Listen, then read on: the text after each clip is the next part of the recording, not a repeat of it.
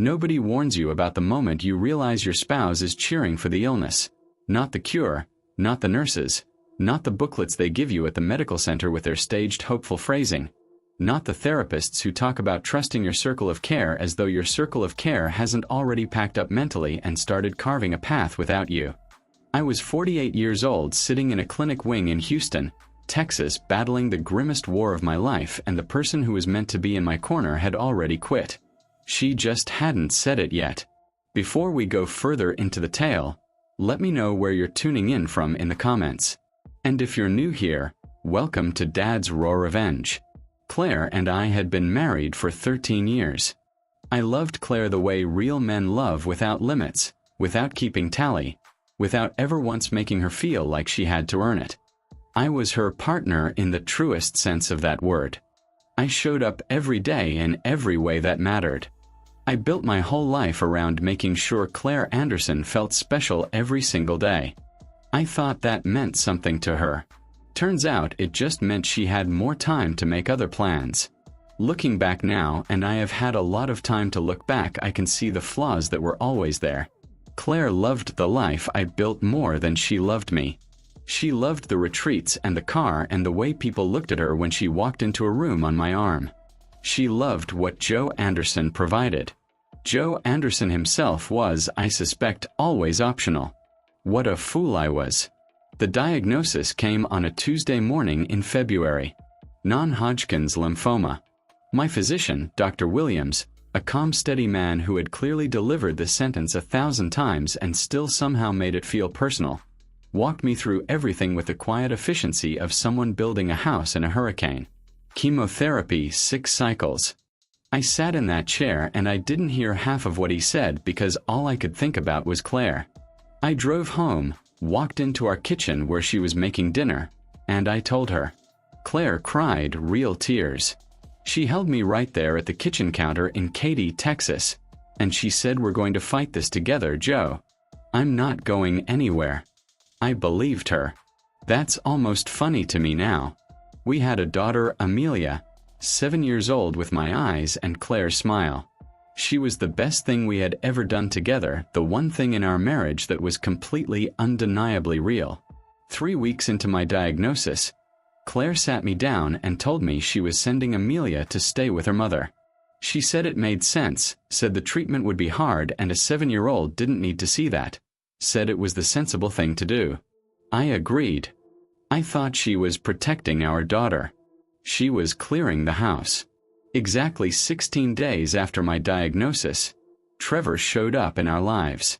He was a man Claire had met at some charity ball 5 months before the cancer, a contact saved secretly in her phone, a door she had left cracked open and apparently decided, now that I was conveniently preoccupied with trying not to die, to walk straight through. His name was Trevor. His last name is not worth remembering. He was the guy Claire apparently found compelling enough to destroy 13 years of marriage for. The changes in Claire came the way all the worst things come, slowly and then all at once. First, it was the hospital visits.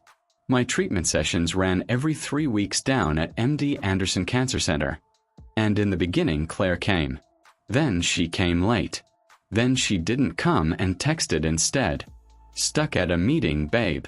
You got this. Then she stopped texting altogether. Then came the phone. Claire, clears throat, had never been private about her phone before. We were the kind of couple who knew each other's passcodes, who handed phones across the dinner table to share videos. Suddenly, her phone was always face down. Suddenly, she took it to the bathroom. Suddenly, she laughed at things she didn't share. Then came the flinching. I reached for her hand one evening on the couch and she pulled back just slightly, just a fraction, the way you pull back from something you no longer want to touch. I noticed every single thing. I was sick. I was not blind, but I want you to understand what chemotherapy does to a person. It is not tiredness. It is something deeper and stranger. A heaviness that lives in your bones and makes even thinking feel like labor. I didn't have the energy to open that conversation, so I filed it away. I told myself I was paranoid. I told myself the treatment was making me dark. I was not paranoid. Dr. Williams noticed before I said a single word about it. Somewhere around my third session, he started asking different questions. How was my support system at home? Was I eating? Was someone driving me to these appointments? The questions sounded clinical, but his eyes were doing something else entirely. He had watched that space beside me, session after session, stay empty while other patients had their people next to them, spouses, siblings, friends, somebody. Joe Anderson had nobody. He never said anything directly. That wasn't his place, but I saw him see it. And that somehow was its own quiet kind of shame. Meanwhile, Claire had begun performing widowhood, not privately, publicly. She told people at our neighbor's dinner party that she was essentially doing this alone. She accepted sympathy with the practiced grace of someone who had rehearsed it in the mirror. She started referring to her schedule, her plans, her future. Always singular, always hers, never ours. She had started erasing me. And I was still sleeping in our bed. It was a Thursday afternoon in March when I found out exactly how far gone she already was. They sent me home early from a session. I had gotten used to doing everything myself. There was never anyone else. So I called an Uber. The ride was quiet, too quiet for my liking, and I barely noticed the passing streets until we pulled into the driveway of my house in Katy, Texas at 2:30 in the afternoon. I heard her before I even got the door open. Claire was in the kitchen on the phone, and she was laughing. Not a polite laugh, not a social laugh, but a real loose, unguarded laugh. The kind I hadn't heard from her in months. The kind she used to laugh with me. I stood in the hallway of my own house with my jacket still on and my hospital bracelet still on my wrist, and I listened. Girl, I've basically been a widow for months already. Laughter. Fingers crossed it wraps up soon. More laughter. Trevor and I are looking at moving in together. I just need a little more time. She wasn't whispering.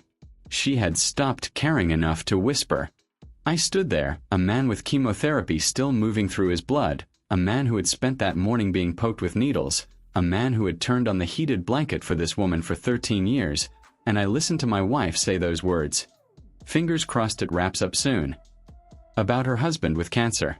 I did not walk into that kitchen. I did not call her name. I turned around. I went upstairs. I sat down on the bathroom floor with my back against the tub, and I stayed there for a long time. Not crying. Just breathing. Just letting the thing I had been refusing to know become something I now absolutely, completely, undeniably knew. My wife was not waiting to see if I survived. She was waiting for me to hurry up and not. And somewhere during those minutes on that bathroom floor, with the cold tile underneath me and the Houston traffic humming faintly outside, something inside me stopped breaking and started building. She had made her calculation. Now I was going to make mine. It got worse before I could act on that thought. Because of course it did. About 2 weeks later I found out, not from Claire, not from anyone who had the decency to tell me directly, but from a quiet word a neighbor let slip, that Claire had been telling people she was a widow. Present tense. While I was still alive, still going to treatment, still sleeping in our house, she had told people at a gathering that she was on her own now. That she was moving forward. She had already buried me in conversation. She just hadn't gotten around to telling me. And then, because apparently the universe wanted to make absolutely sure I had the full picture, I came home from a session one evening and found Trevor sitting at my kitchen table. In my house, at my table, eating what appeared to be my food.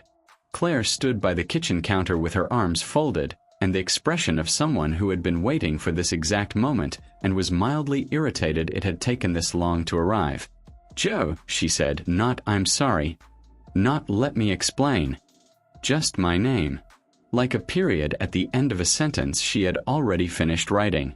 "Joe, you need to be realistic. You might not make it. I have to think about my future." "Okay," I said. Trevor was still seated. He had the decency to look at his plate. 1 point for Trevor. I told him to get out of my house immediately. He came close, looked at me and told Claire, "Call me when you're done." And I felt something move inside me. Not shatter, not collapse, but shift. Like a gear that had been grinding finally clicking into the right position. I went upstairs, I got into bed, and while Claire stayed downstairs in the kitchen, in the house I had built and paid for, I stared at the ceiling in the dark and I made a decision so quiet it didn't make a sound. I was going to survive this cancer. And then I was going to make sure Claire didn't get a single thing she was counting on. This was not a woman waiting to see if her husband pulled through. This was a woman calculating the value of his death, and she was doing it while I was still very much alive. And, as she was about to find out, very much paying attention. That night I lay on the bathroom floor one more time. Not out of despair. Not this time. I lay there and I thought about everything I still had. My daughter, my sister Nicole, who had been calling me every single day since the diagnosis, and driving up from her place whenever I'd let her. My lawyer's number saved on my phone. My financial advisor who had known me for 15 years. And a mind that still worked, even when my body was fighting a war. Claire thought cancer had made me weak. She had fundamentally misunderstood what it had made me. It made me precise. Let me tell you what nobody tells you about fighting cancer while your wife is cheating on you. You have to choose every single morning which battle gets your energy. And I chose Ron for too long. I spent weeks grieving Claire when I should have been building. Lying in that bed after treatment, nauseated and hollow, replaying the phone call. Fingers crossed it wraps up soon. Running it on a loop like a song you hate but can't get out of your head. Wasting the little energy I had on a woman who was out there spending my money and sleeping next to another man, and telling her friends she was basically a widow. I was grieving someone who was still alive and completely unbothered. That had to stop. So I stopped. The hardest part of those weeks, harder than the treatment, harder than watching Claire disappear in real time, was not having Amelia home. I called her every night at 7 o'clock without fail. Her grandmother would hand her the phone and she'd say, "Daddy, are you still sick?" And I'd say, "Getting better every day, baby." And she'd say, "Okay, because I made you a drawing." Every single night. A new drawing. One night, somewhere in the middle of April, she asked me something I was not prepared for. "Daddy, how come Mommy never calls me?" I held the phone and I looked at the ceiling and I said, "Mommy's been very busy, baby." Busy with what? I was speechless. I said, "Don't worry, baby. Mommy will call you soon." She accepted that the way 7-year-olds accept things, completely and temporarily, and moved on to telling me about the drawing she had made that day. Days later, Nicole showed up at my place with 3 bags of groceries, a look on her face that could strip paint, and absolutely zero tolerance for nonsense. My little sister, 39 years old, the kind of woman who will hug you until you cry and then hand you a lawyer's business card before you finished wiping your face. She walked into my kitchen, looked around, and she turned to me with a very specific expression. "Joe, where is she?" "Out." She nodded slowly, set the groceries down, started putting things away, and when she finally turned back around, her eyes were wet, but her jaw was set, and she said, "Okay, here's what's going to happen. I'm driving you to every session from now on, every single one, and you are going to eat something today even if I have to sit here and watch every bite." And then she paused.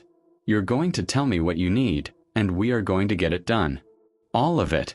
You hear me?" I nodded. "I saw something," I said to Nicole. I hadn't planned to say it, it just came out. Nicole turned around slowly. "What did you see?" Her phone. She left it on the counter face up. WhatsApp messages with Trevor, and she told him the life insurance payout would be massive, that she doubted I'd beat it anyway, that they just needed to be patient. The silence that followed was the loudest thing I've ever heard. Nicole put both hands flat on the counter, breathed. She said that while you're still. Yes. She turned around and faced the window above the sink for a long moment. When she turned back, Her voice was completely different, quieter, slower. The way a person sounds when they are choosing every single word carefully because the alternative is saying something they can't take back. "Joe," she said, "you need to call your lawyer. Not next week. This week." "I already have an appointment," I said. And for the first time in months, my sister smiled. If you've been following for a while, take a second to hit that like button. Drop your thoughts in the comments and make sure you're subscribed. Let me be honest about what those treatment weeks actually look like because I want you to feel it, not just hear it. The drive to MD Anderson took 40 minutes from Katy on a good traffic day, which in Houston means it took anywhere between 40 minutes and the rest of your natural life. Nicole drove. Every time. She'd pick me up at 7:30 in the morning. She paid attention to what I needed. The sessions themselves lasted hours. I was always alone. No one was waiting for me. Except now Nicole was around. And I cannot tell you, I genuinely cannot find the words, what it meant to look over and see someone there. Just someone there. It sounds small. It was enormous. It was during one of those sessions that Dr. Williams asked Nicole to step into the corridor with him for a moment. I watched them through the glass. I couldn't hear anything. I saw Dr. Williams speak. I saw Nicole nod. I saw her face do something complicated and then go still. They were out there maybe 4 minutes and then Nicole came back in and sat down and picked up her coffee cup and stared at it. "What did he say?" I asked. She took a breath. He said she stopped. Started again. He said you're one of the strongest people he's ever had in that chair. Just as a person. He said he's watched that chair next to you sit empty session after session and he wanted me to know her voice caught. He wanted me to know that he sees it. What you've been carrying in here alone. I looked at the wall. I nodded once and we sat there together in that room, and neither of us said another word for a long time. That is the moment right there when I understood that what Claire had done was not just a betrayal of me. It was a betrayal of the version of us that other people could see clearly even when I was too close to it to name it. Dr. Williams had watched. He had kept his professional silence, but he had watched. The empty chair had told him everything. While Nicole drove me to MD Anderson during weekdays, I called my lawyer on Saturday mornings. His name was Mike Dawson, 30 years in family law, the kind of attorney who listens to everything you say and writes down only the things that matter, and then at the end looks at you over his glasses and says exactly what needs to happen next. I told Mike everything. He listened. He wrote. And we got to work. Claire had no idea. She was too busy making plans to notice I was making mine. She had grown almost breathtakingly careless by this point, emboldened by my silence, convinced that I was too broken to fight back. She stopped hiding Trevor entirely. She brought him around openly. One evening she walked past me in the hallway and said, almost as an aside, "I deserve to be happy too, Joe." I looked at her. "Okay," I said. She took that as acceptance. She had no idea it was a receipt. She was so certain I still loved her enough to do nothing. That certainty was the most expensive mistake she ever made. The scan results were finally out. The critical one, the one that would tell us whether the treatment was working, whether all of those mornings dragging myself out of bed had actually done anything. Claire was not there. She was away for the weekend with Trevor. She had told me Thursday evening casually. So I went alone. I sat across from Dr. Williams in his office, and he slid the results across the desk, and he told me in that calm, precise way of his that the treatment was retreating, that we were not out of the woods, but we were moving through them in the right direction. He said more after that. I know he did. I nodded in the right places, but inside I had gone completely still. I was going to survive. I drove back to Katy alone, parked in the driveway, sat in the car for a full hour, and just sat. Let it move through me. The relief, the grief, the anger, and somewhere underneath all of it something that felt almost like gratitude. Not for what I'd been through, for what had become clear. I was going to make it, and when I did, I was going to make it without Claire. Not to win something, but because I had spent 13 years loving a woman who had looked at my situation and done the math on everything I owned. And I deserved better than that. Every man who has ever loved someone the way I loved her deserves better than that. Nicole called while I was still sitting in the driveway. I picked up on the first ring. "Well," she said, "it's working." I told her. The sound she made on the other end of that phone, I will carry that sound with me for the rest of my life. That night I lay in bed in the house Claire was already mentally redecorating, and I stared at the ceiling, and I felt something settle inside me. Not peace, not yet, but something close to it. The quiet, solid feeling of a decision that has been made and will not be unmade. I was going to survive the cancer. I had already survived Claire. The paperwork was almost ready. It was almost time. Mike Dawson had the divorce papers ready. I could have had them delivered, clean, distant, professional. Mike actually recommended it. I told him I'd handle it myself. "Joe," he started. "Mike," I said, "I want to see her face." He paused then, and I'll never forget this. He smiled and said, "All right then. Call me after." I drove back to Katie with the envelope on the passenger seat. I walked into my house one final time as Claire's husband. She was in the living room on the phone, naturally. She looked up when I walked in with that particular expression she had developed over the last few months. The one that said my presence in my own home was a mild inconvenience. "We need to talk," I said. "I'm busy, Joe, Claire." Something in my voice made her lower the phone. I held out the envelope. She looked at it, took it, opened it, read it, and then Claire did something I was not fully prepared for, even though I should have been. She laughed, not nervously, not in shock, a genuine, relieved, full-throated laugh. The laugh of a woman who has been waiting for a bus that has finally arrived. "Finally," she said, the actual word. "Joe, honestly, I've been wanting this since the diagnosis, since the very beginning." She said it without thinking, without a single moment of awareness that she had just handed me a confession so complete that Mike would later call it, and I am quoting my attorney here, a gift. She had never intended to stay. She had bet against me from day one, and she was still, right now, certain she was holding the winning hand. I looked at her for a long moment. "Thank you," I said, "for being honest," and I walked out. Claire called her lawyer within the hour, confident, almost cheerful. She had been waiting for this, 13 years of marriage in Texas, the house, the joint assets, the accounts. She had done her own math, and she liked her numbers just fine. She told Trevor that evening they were going to be fine. Better than fine. What Claire did not know, what she could not have known because she had never once taken me seriously enough to watch me carefully, was what Mike and I had built over those quiet months. The proceedings told the whole story. The house she had been mentally redecorating for Trevor, my separate property bought years before I ever met her, never refinanced with her name on it. She had no claim to it. She just assumed she did. The joint account she had been spending freely for months, separated, repositioned, every dollar accounted for and protected.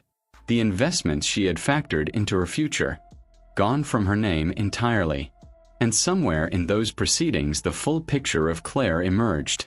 Not just the woman who had an affair, but the woman who had sat in her home while I was still in treatment fighting for my life, and typed out a WhatsApp message to another man telling him the life insurance payout would be massive, that she doubted I'd beat it anyway, that they just needed to be patient. Some things don't need to be evidence to be devastating. And then there was Amelia. Mike laid out Claire's conduct with the quiet efficiency of a man who has seen everything and is no longer surprised by any of it. The judge asked Claire what parenting plan she proposed. Claire asked for every other weekend. The judge asked why not more. Claire said she needed time to build her new life. The judge, a woman, said nothing for a long moment. Then she said, "So granted primary custody to Mr. Anderson." Claire didn't fight it. She was already thinking about Trevor. Claire's own choices, documented, consistent, and completely voluntary, had told the court everything it needed to know about her priorities. She had walked into this divorce certain she held every card. She was holding nothing. She had to tell Trevor. And she did not tell him privately. She told him at dinner. At a restaurant in Houston they apparently went to regularly. Comfortable enough in their relationship to have a regular spot. And Trevor listened to Claire explain that the house was gone. The accounts were not what she had described. The future she had painted for him had been built on money that was no longer hers. Houston is a big city with a surprisingly small social orbit when you've lived there long enough. Someone at a nearby table recognized her. Watched Trevor's face go through its changes. The confusion, the calculation, the cold arithmetic of a man reassessing a situation in real time. Trevor put his napkin down. "So there's nothing," he said, not a question. "Trevor, we can still, Claire." He said her name the same flat way I had said it in that living room, like a period. "There's nothing." He left her sitting there at the table in the restaurant in front of people who knew her name with the bill. Word travels fast in the social circles Claire had spent 13 years carefully cultivating. The dinner parties, the neighborhood gatherings, the friendships built around the lifestyle my income had provided. The same friends who had listened to her describe herself as essentially a widow. The same women who had nodded sympathetically while she performed her grief and talked about moving forward and said things like "fingers crossed it wraps up soon" about a man who was still very much alive and paying attention. They heard about the restaurant. They heard about the assets. They heard about Amelia and the sympathy that had been extended to poor Claire, the woman bravely soldiering through hardship while her sick husband clung on, quietly, efficiently, and completely evaporated. Because it turned out Claire had not been a tragic figure bravely facing an impossible situation. She had been planning a hostile takeover of a dying man's life and the man hadn't died. The calls slowed, then stopped. The invitations disappeared. The social world Claire had curated so carefully closed its doors on her one by one with the particular quiet efficiency of people who had decided without announcement that they are done. Claire had bet on my death and lost, and everyone knew it. Months later the divorce was finalized. Mike called. 2 words. "It's done." "Thank you, Mike," I said. I hung up and I sat in that quiet for a long time, not celebrating, not replaying Claire's face, not running the victory lap I think some people expected. Just sitting, breathing, feeling the particular lightness of a man who has set down something extraordinarily heavy and is only now remembering what it feels like to stand up straight. Claire walked out of 13 years with what she walked in with. Nothing she had planned for. Nothing she had calculated. Nothing she had laughed about on the phone on a Thursday afternoon while her husband stood in the hallway with a hospital bracelet on his wrist. Nothing. She got Trevor, and Trevor, as it turned out, was not a long-term proposition either. He simply left because Trevor had not signed up to start from scratch. He had been attracted to a lifestyle, a future, a payout that was never going to come. He had looked at Claire's actual situation and done his own math. His math said, "This isn't worth it." So he went. Nicole told me over the phone. I could hear in her voice that she was waiting for me to celebrate, to say something satisfying. I thought about it for a second. I said, "That's it?" Nicole, I stopped caring about Claire on a bathroom floor in March. Trevor leaving her is her problem. I don't have Claire problems anymore. A pause. "I really love you," my sister said. "I know." I hung up and went back to what I was doing. That was the whole reaction. Not because I'm a saint. I am absolutely not a saint. But because the grief was genuinely gone. I had processed Claire while I was surviving her. By the time the punishment arrived, I had already moved on to living. That, more than any legal victory, is the most satisfying thing I can tell you. She no longer had the power to make me feel anything at all. The final scan came back clean a few months later. Dr. Williams said the word remission, and I shook his hand and walked to my car and sat there for 20 minutes, just staring through the windshield at the MD Anderson parking structure. Remission. I had made it. Nicole threw dinner together that same evening, her place, No planning. Just family appearing the way family does when the news is too big to sit with alone. Her husband, Ben, fired up the grill. The kids ran screaming through the backyard in the particular joyful chaos of children who have no idea how much the adults around them have been through and are simply glad everyone is there. I sat on Nicole's porch with a cold drink and I watched all of it, and I felt something I hadn't felt in so long I had almost forgotten what it was called. Peace. Real, solid, unperformed peace. Amelia came and climbed onto the chair beside me after dinner. My daughter, 7 years old. The little girl who had asked me every night for months if Daddy was still sick and somehow never once lost faith that I was coming back to her. She looked up at me with that serious face she gets, the one that means she has something important to say, and then she tucked herself against my side like it was the most natural thing in the world, like she was exactly where she was supposed to be. Within 10 minutes, she was asleep on my shoulder. My Amelia, the man who was supposed to be on the ground by now. My phone buzzed on the armrest. I looked at it. Claire's name. I looked at it for exactly as long as it took me to remember. I placed the phone face down on the armrest, looked back at Amelia asleep on my shoulder, looked out at the backyard where Nicole was laughing at something Ben said and the kids were still running. I had already grieved Claire on my bathroom floor in Katy, Texas.